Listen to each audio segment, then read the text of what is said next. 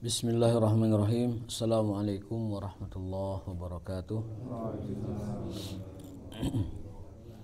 Alhamdulillahirabbil alamin wa bihi nasta'inu ala umuri dunya waddin. Asyhadu an la ilaha illallah wahdahu la syarikalah wa asyhadu anna Muhammadan abduhu wa rasuluh wa la nabiyya ba'dah. Allahumma shalli wa sallim ala nabiyyina Muhammadin wa alihi wa sahbihi wa sallim. Allahumma subhanaka la ilma lana illa ma 'allamtana wa 'allimna ma yanfa'una wa zidna ilman. Rabbana atina fid dunya hasanah wa fil akhirati hasanah wa qina adzabannar. Amin ya rabbal alamin.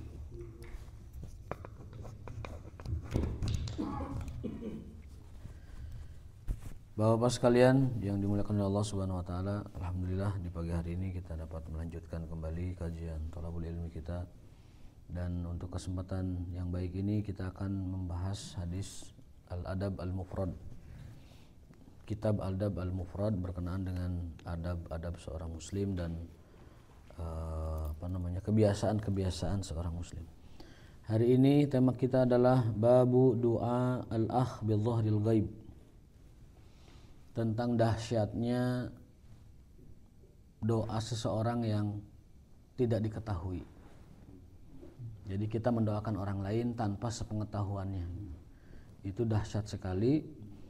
Rasulullah SAW dalam banyak hadisnya memotivasi kita untuk saling mendoakan satu sama lain. Karena doa semacam itu termasuk doa yang diijabah, yang mustajab.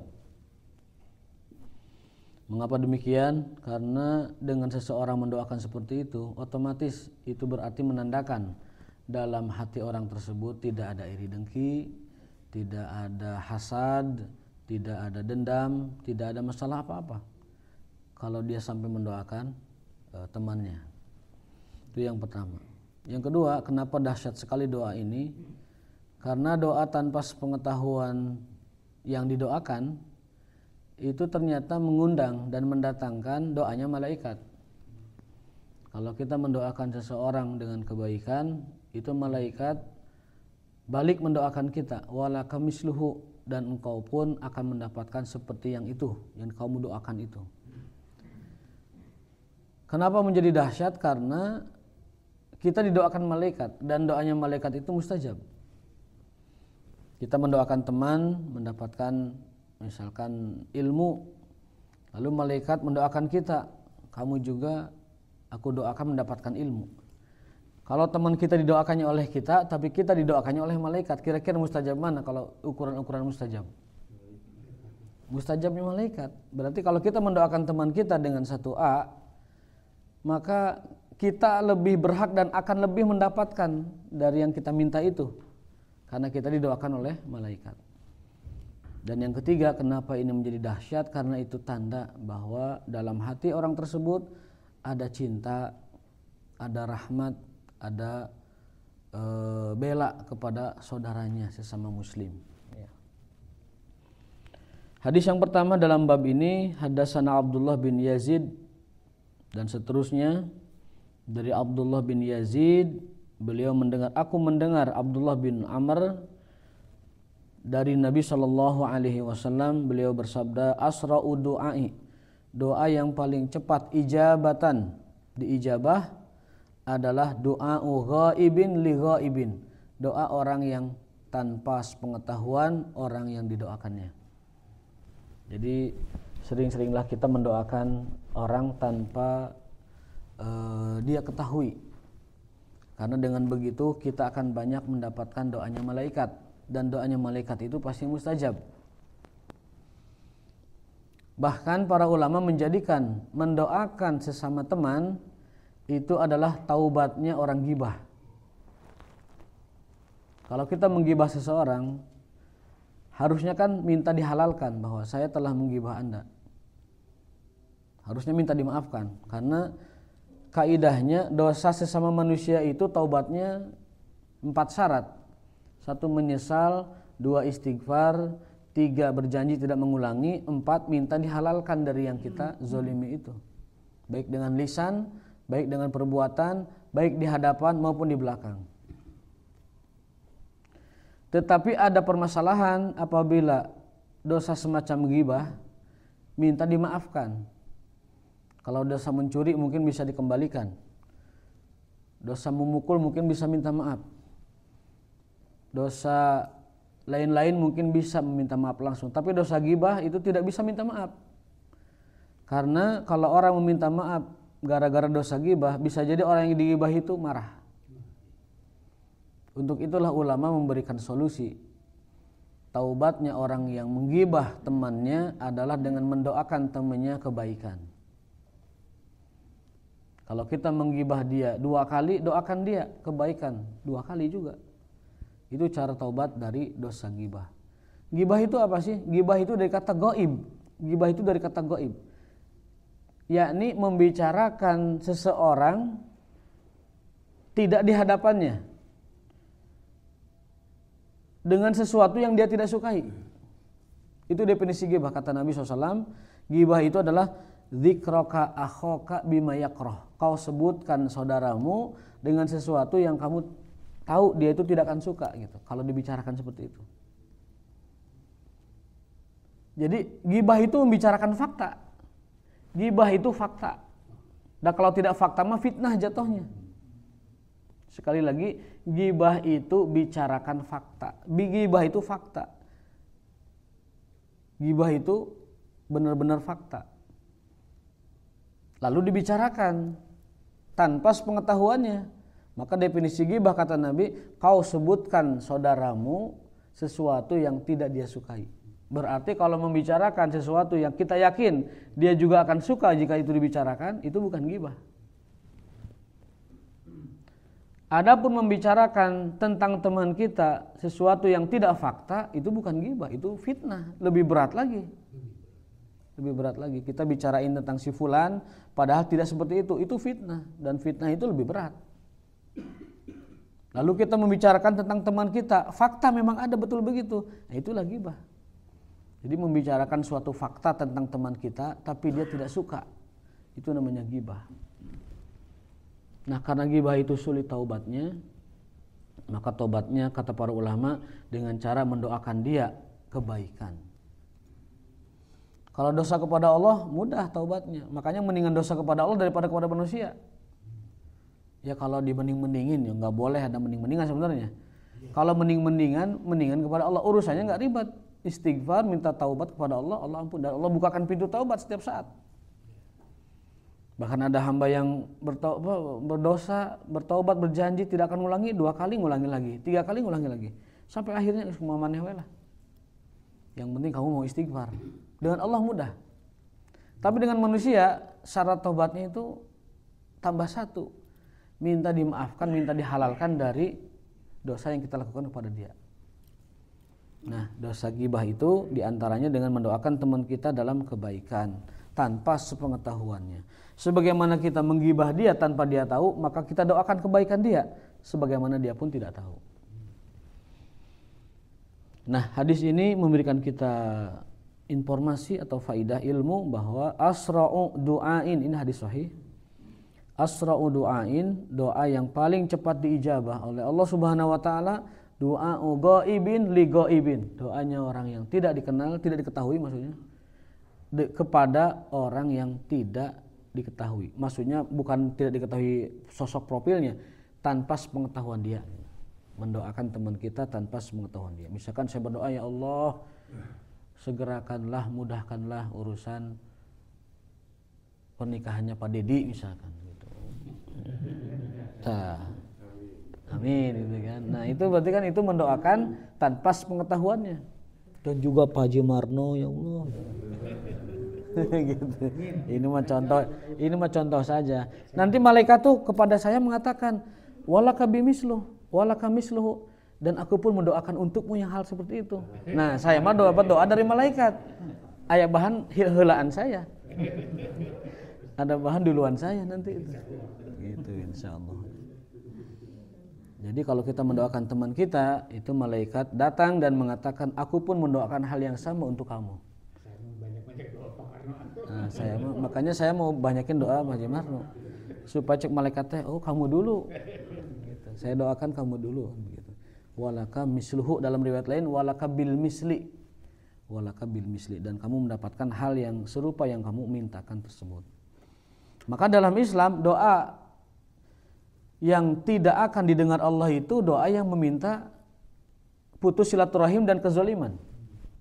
Dalam sebuah hadis, Allah itu mendengar semua doa kecuali dua. Yang kedua, qati'ur rahim, doa yang memutus silaturahim, dan yang kedua, doa yang mengandung kezaliman. Doa yang mengandung kezaliman, misalkan ya Allah siksa dia sekeras-kerasnya, padahal dia orang Islam misalkan. Orang Islam didoakannya harusnya hidayah, harusnya didoakannya adalah kebaikan, ya. Kecuali kalau dia berbuat zalim. Kita hanya boleh mendoakan orang zalim. Orang zalim kita boleh mendoakannya. Dalam banyak hadis itu diterangkan bahwa kita boleh mendoakan kehancuran untuk orang zalim. Doa minta hidayah bagus, tapi pada akhirnya dia tidak dapat menangkap hidayah itu, doa terakhir adalah doa kezaliman, doa menghancurkan kezaliman. Nanti kita terangkan bolehnya mendoakan kehancuran untuk orang zalim. Nanti ya pada waktunya, berapa halaman lagi ini. Tidak mesti politikus, zalim sesama kita juga sama. Nah, doa urajul alaman zalamahu, ya, tentang mendoakan seseorang yang menzaliminya, itu hukumnya boleh. Dan Nabi sering melakukan itu. Ketika beliau berdakwah, beliau mendoakan Allahumma alaika bi Abi Jahal, Allahumma alaika bi Utbah, Allahumma alaika bin Syaibah. Itu Nabi doakan, nama-namanya disebut itu. Yang menzalimi beliau sebut namanya, didoakan kepada Allah. Dan hancur semua. Abu Jahal mati di Badar, Utbah mati di Badar, satunya kalau tidak salah mati entah di Badar entah di Uhud gitu. Mati semua. Yang beliau doakan seperti itu. Jadi hati-hati dengan kezaliman, karena kezaliman itu menyebabkan orang yang dizaliminya doanya nembus langit. Laisa bainaha wa baina rabbih hijabun. Tidak ada penghalang dia dengan Tuhannya yang menghalangi doanya tersebut. Doa orang dizalimi nembus langit tanpa penghalang. Wa in kana kafiron, meskipun dia orang kafir yang dizaliminya tuh, meskipun orang kafir. Kenapa? Karena hakikatnya orang kafir itu juga punya Tuhan yang sama, Allah. Namun dia salah menyembah. Kan begitu. Tuhan dia tuh Allah, tetapi dia salah menyembah, jatuhnya dia kepada kafir, kepada musyrik. Jadi hadisnya cukup jelas bahwasanya ittaqu da'watal mazlum. Waspadailah, takutlah kalian kepada doanya orang yang dizalimi. Fa innahu laisa bainahu wa bainallahi hijab. Karena dia dengan Allah tidak ada penghalang, langsung menembus langit. Wa in kana kafiran, meskipun dia orang kafir. Hati-hati dengan doa orang yang dizalimi, ya. Terutama mohon maaf kezaliman kecil, tetangga ke tetangganya, hak bertetangganya dia langgar, kemudian hak privasinya dia langgar, ataupun mungkin di dalam skala yang lebih besar. Misalkan kezaliman di tingkat kebijakan, kezaliman di tingkat kenegaraan, kezaliman dan lain sebagainya. Ala kulli hal kita disuruh berhati-hati tentang doanya orang yang terzalimi. Dalam riwayat lain, inda ra'sihi malakun muwakal. Jadi dalam hadis lain, ketika orang itu berdoa pada Allah kebaikan, ya Allah berikanlah temanku karunia ABCD misalkan.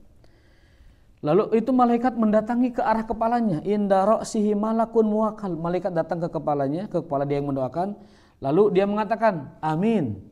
Ya Allah kabulkanlah. Walaka bil misli. Dan aku doakan kamu yang mendapatkan itu juga. Gitu. Jadi ketika kita mendoakan yang baik, ya Allah berikan dia karunia, rezeki yang halal. Itu malaikat langsung ke kepala kita dan berdoa kepada Allah. Allahumma amin. Walaka bil misli. Ya Allah kabulkanlah dan orang ini kabulkanlah juga. Bahkan orang ini duluan kabulkannya, walaka bil misal. Nah, maka jangan malas kita mendoakan teman kita dengan kebaikan. Itu yang pertama. Yang kedua, tadi kifarat dosanya ghibah, gitu. Setidak-tidaknya kalau kita tidak mau mendoakan teman kita karena kita baik kepada dia, sekurang-kurangnya, setidak-tidaknya itu penebus dosa ghibah kita kepada teman tersebut, ya. Supaya pupus dosa ghibahnya. Riwayat kedua ini dari Abu Abdurrahman Al-Hubaliyya annahu sami'a as-Sanabihi annahu sami'a Abu Bakar Siddiq radhiyallahu ta'ala. Ini hadis dari Abu Bakar Siddiq radhiyallahu. Inna da'watal akhi fillahi tustajabu. Hadis riwayat Baihaqi dalam Syu'ab disahihkan oleh Albani. Sesungguhnya doa saudara sesama muslim ya, fillahi sesama muslim maksudnya, tustajabu mustajab. Sesungguhnya doa seorang saudara dalam Islam, al-akh fillah di sini keterangannya, tustajabu diijabah atau mustajab.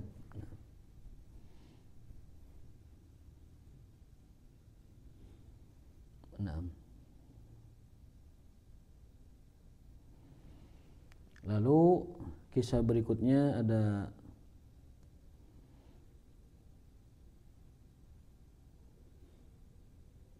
seseorang ya namanya Ibn Umar radhiyallahu taala anhu, sami'tu an-nabiyya sallallahu alaihi wasallam yastaghfirullah fil majlis mi'ata marratin rabbighfirli wa tub alayya warhamni innaka antat tawwabur rahim. Rasulullah SAW itu kalau duduk dalam satu majelis, dalam satu duduk satu kali majelis itu istighfarnya 100 kali. Dalam banyak riwayat juga sahabat bersaksi seperti itu. Aku melihat Rasulullah dalam sekali duduk itu istighfarnya 100 kali. Gimana istighfarnya? Ada dua lafaz, rabbighfirli dan watub alayya. Yang sekali duduk mah ini istighfarnya, rabbighfirli watub alayya innaka antat tawwabur rahim. Kalau yang hadis umum yang Nabi merintahkan kita untuk istighfar 100 kali sehari itu astagfirullahalazim. Sekali lagi ada dua konteks di sini. Kalau istighfar yang disuruh 100 kali per hari itu yang astagfirullahalazim.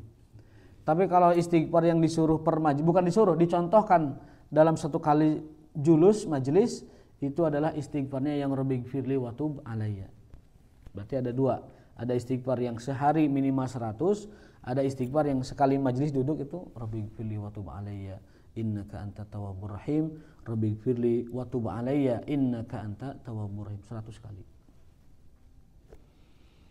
Kalau yang sehari mah beda, yang sehari mah perintahnya begini, ayyuhan nas tubu ila rabbikum, wahai sekalian manusia bertaubatlah kalian kepada Allah, karena aku pun dalam sehari taubat kepada Allah 100 kali. Nah itu mah yang astagfirullahalazim. Itu perintah umum dalam sehari 100 kali minimal istighfar.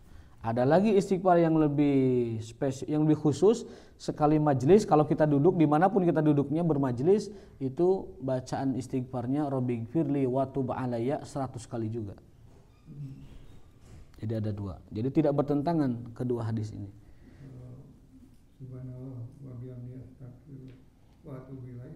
Itu paket juga, paket zikir harian itu. Jadi tidak dipertentangkan. Paket zikir harian itu kalau kita mau tartib zikir harian itu la ilaha illallah wahdahu la syarikalah, lahul mulku wa lahul hamdu wa huwa ala kulli syai'in qadir. Ada juga yang yuhyi wa yumit wa huwa ala kulli syai'in qadir 100 kali. Yang kedua istighfar 100 kali. Yang ketiga subhanallah wa bihamdi subhanallah azim 100 kali. Yang keempat salawat 10 kali. Salawat 10 kali. Yang kelima raditu billahi robba 3 kali. Yang keenam asbahna wa asbahal mulku lillah 3 kali dan seterusnya. Kalau kita mau tarabti dibaca semua begitu. Tapi kata para ulama, kalaupun kita tidak sempat atau masalah malas, ya malas dalam kata malas, jangan sampai melepaskan yang standar gitu. Kalau kita lagi giat baca tuh wazifah kubra, wazifah sugra baca, karena itu dianjurkan dalam hadis-hadis beliau SAW. Tapi kalau kita lagi tidak giat atau malas, baca yang standar. La ilaha illallah wa syarikalah 100, salawat 10, istighfar 100, subhanallah wa bihamdi 100. Udah cukup. Itu standar. Jangan sampai tidak sama sekali dalam sehari kita itu tidak baca itu. Gitu. Jangan sampai tidak sama sekali dalam sehari untuk membaca itu. Kalau kita totalkan paling 10 menit itu. Kalau kita totalin paling 10 menit. La ilaha illallah wahdahu la syarikalah lahul mulku wa lahul hamdu wa huwa ala kulli syai'in qadir. Berapa kali? 100. Kenapa hitungannya 100? Ada hadisnya. Barang siapa yang membaca yang seperti tadi 100 kali, maka dia mendapatkan ampunan dosa, pahala ya, sebanyak membebaskan 10 sahaya turunan Ismail. 10 sahaya itu, satu sahaya nilainya itu kan 2 bulan puasa berturut-turut. Dalam hadis kafarat saum itu, orang yang melanggar dengan jima itu kan setara dengan itu. Maka orang yang membaca la ilaha illallah wahdahu la syarikalah lahul mulku wa lahul hamdu wa huwa ala kulli syai'in qadir 100 kali, dia seperti mendapat pahala puasa 20 bulan. 20 bulan. Kan teu sapira ngan 5 menit dapat pahala 20 bulan. Berpuasa. Urang mah teu kuat puasa teh seperti masih dua kan puasa terus, tidak kuat kita mah. Udah lawannya dengan zikir tadi. Maksudnya seimbangnya dengan zikir. La ilaha illallah wahdahu la syarikalah lahul mulku wa lahul hamdu wa huwa ala kulli syai'in qadir. Kalau masih duaan masuk surga dari pintu aroyan puasa, kita mah dari pintu zikir insyaallah. Mudah-mudahan ya. Udah kuat puasa. Syukur-syukur kuat puasa. Jadi pintunya semua dimasukin nanti. Insyaallah ya. Itu motivasi. Nah, jadi sekali lagi kita punya wirid harian standar. Wirid harian standar. Jangan sampai melewati hari. Kata Rasulullah SAW, tidak ada hari yang terbit matahari di dalamnya lebih baik daripada orang yang membaca tadi la ilaha illallah wahdahu la syarikalah lahul mulku wa lahul hamdu. Lalu salawat 10, istighfar 100, subhanallah wa bihamdihi subhanal azim 100. Dah sempurna itu 4 itu dah. Paket standar. Tapi sempurna. Nah.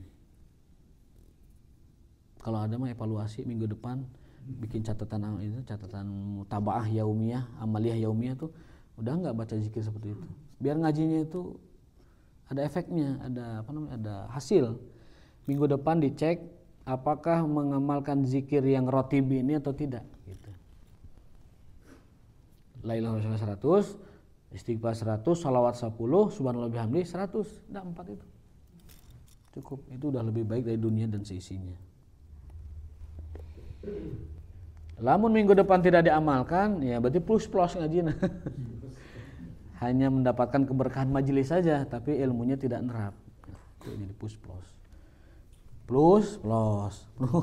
gitu kan. Ya. Berkahnya dapat, tapi ilmunya tidak dimanfaatkan. Sayang sekali.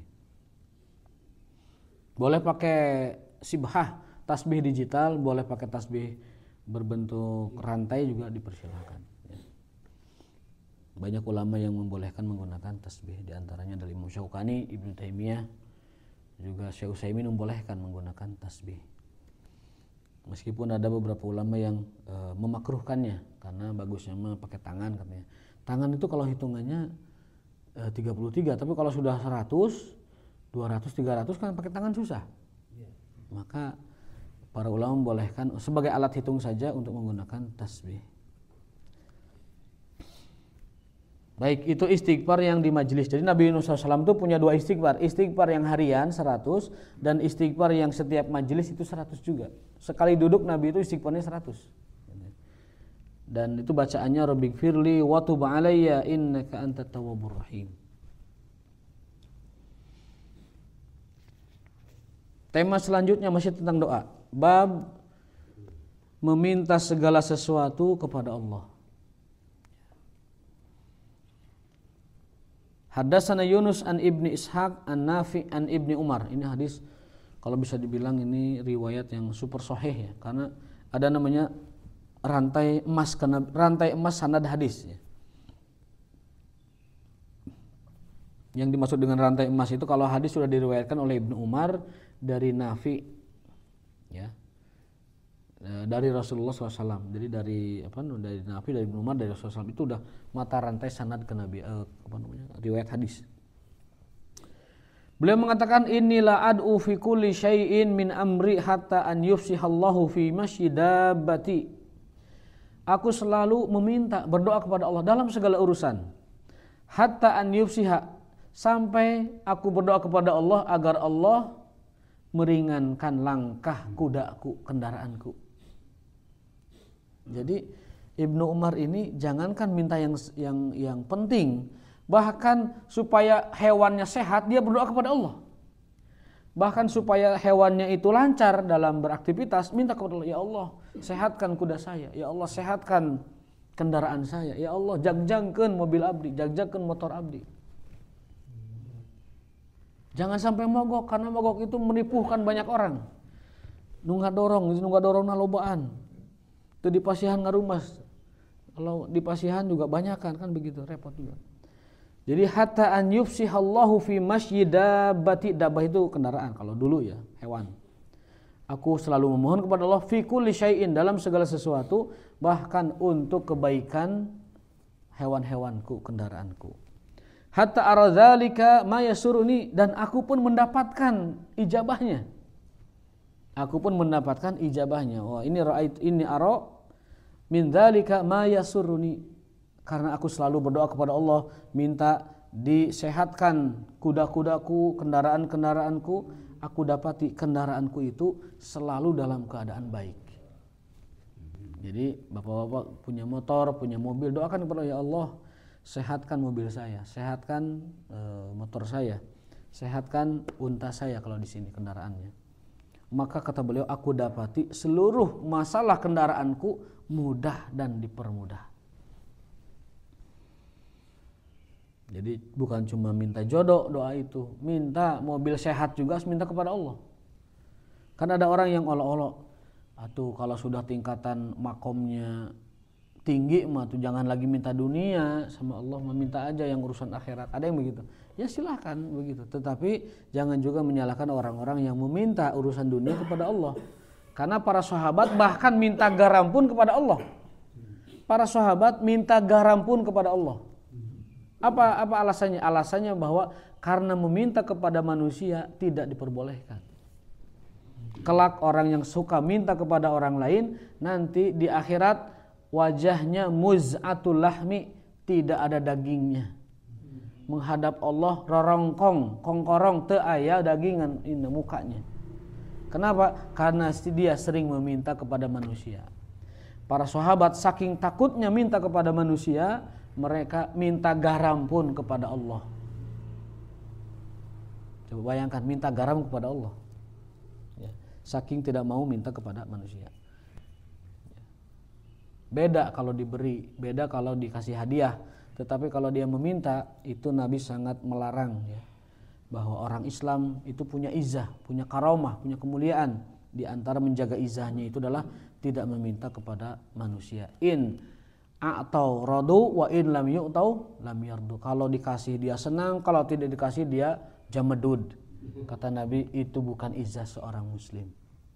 Orang muslim itu adalah selalu mintanya kepada Allah. Bahkan para sahabat mempraktekkan larangan Nabi itu, minta garam pun hanya kepada Allah.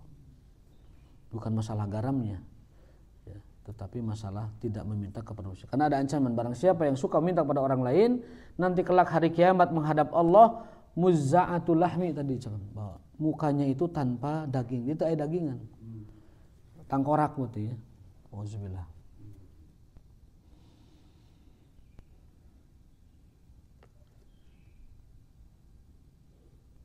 Nah, berikutnya adalah hadis dari Abul Hasan an Amr bin Maimun al-Audi an Umar, dari Umar bin Khattab radhiyallahu taala anhu.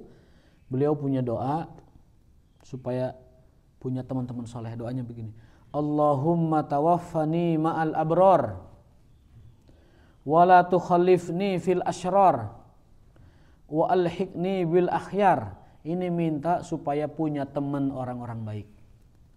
Kita minta kepada Allah agar memiliki teman-teman yang baik. Gimana doanya Pak? Kita hafalkan. Allahumma tawaffani ma'al abrar wa la tukhallifni fil ashrar wa alhiqni bil akhyar. Itu artinya, ya Allah, wafatkanlah aku, matikanlah aku bersama orang-orang terbaik, al-abrar. Wa la tukhallifni fil ashrar. Jangan biarkan aku bergaul dengan ashrar. Apa ashrar? Syar, apa syar itu? Orang-orang jahat. Wa alhiqni bil akhyar, dan ikutkan aku dengan rombongan orang-orang pilihan, akhyar, khair, orang-orang baik, orang soleh. Ini doa minta punya sahabat-sahabat soleh. Allahumma tawaffani ma'al abrar wa la tukhallifni fil ashrar wa alhiqni bil akhyar. Ya Allah, matikan aku bersama orang-orang soleh, orang abror, orang-orang taat, dan jangan biarkan aku bergaul dengan orang jahat, dan ikutkanlah aku, sertakanlah aku, masukkanlah aku kepada rombongan orang-orang pilihan. Iya, nanti kita bagikan ya. Ini hadis sahih, ada juga dalam kitab At-Tabaqat, juga dalam Tarikh Al-Kabir, disahihkan oleh Albani, Sahih Al-Adab Al-Mufrad ya.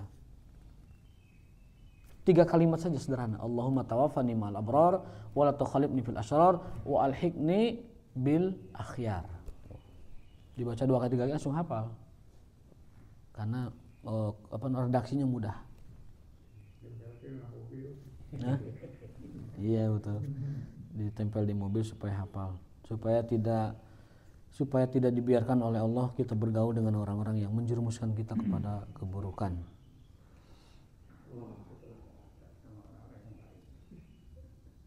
Bahasa Indonesia juga boleh, tetapi bahasa Arab lebih paten. Bahasa Indonesia boleh, tapi bahasa Arab juga lebih paten. Ada juga doa dari Anas bin Malik, doanya begini, masih seperti yang tadi, tetapi lebih spesifik. Ya, ja'alallahu alaihi sholata qaumin abrarin laisu bizalamatin wala fujar. Artinya, ya Allah, gabungkanlah aku bersama orang-orang baik, abrar, dan jangan gabungkan aku dengan zolamah, orang-orang zolim dan orang-orang fasik. Ya Allah,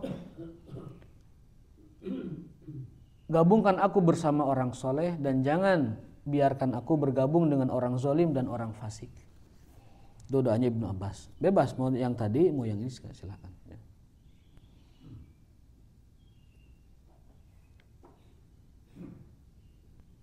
Nah, hadis berikutnya ini anjuran kita ini datang kepada orang soleh minta didoakan, ya. Terutama anak-anak kita. Ya. Ada banyak hadis yang pernah saya ceritakan tuh hadis Anas bin Malik kan. Anas bin Malik itu dibawa oleh ibunya menghadap Rasulullah, ya Rasulullah doakan anak saya. Rasul mendoakannya, Allahumma aksir malahu wa waladahu wa tawil umrahu wa barik fih. Ya Allah, jadikan anak ini nanti kelak anak yang banyak rezekinya, hade milik, yang panjang umurnya, kemudian yang banyak keturunannya, serta berkahi dia dalam segala urusan itu.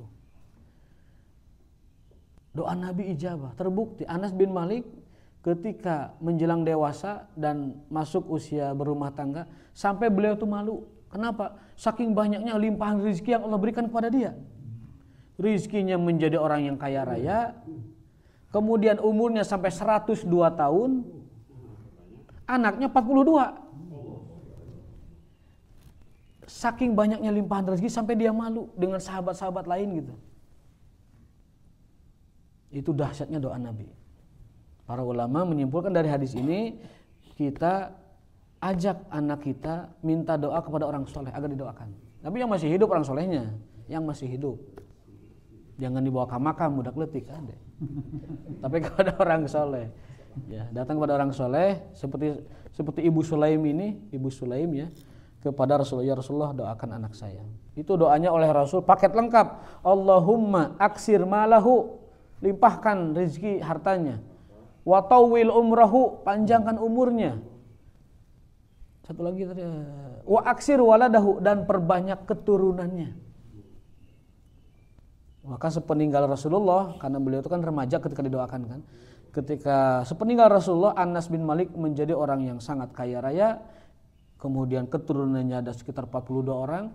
Dan umurnya sampai 102 tahun. Jangan ditanya kalau itu.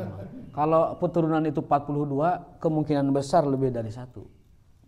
Kalau 42. Meskipun bisa jadi jadi satu pasangan, tapi agak sulit nampaknya. Kemungkinan besar itu lebih dari 1. Tapi nya nu penting mah nu teu hiji-hiji acan heula lah gitu lah ibaratnya. Eta prioritas nama eta heula. Jadi jangan mikir kita dulu, yang penting teman-teman kita yang belum hiji-hiji acan mudahkan oleh Allah Taala untuk mendapatkan pasangan. Di antara jalan kemudahan itu kalau ada yang nawarin jangan ditolak. Tapi diproses. Barangkali ada kecocokan. Diproses.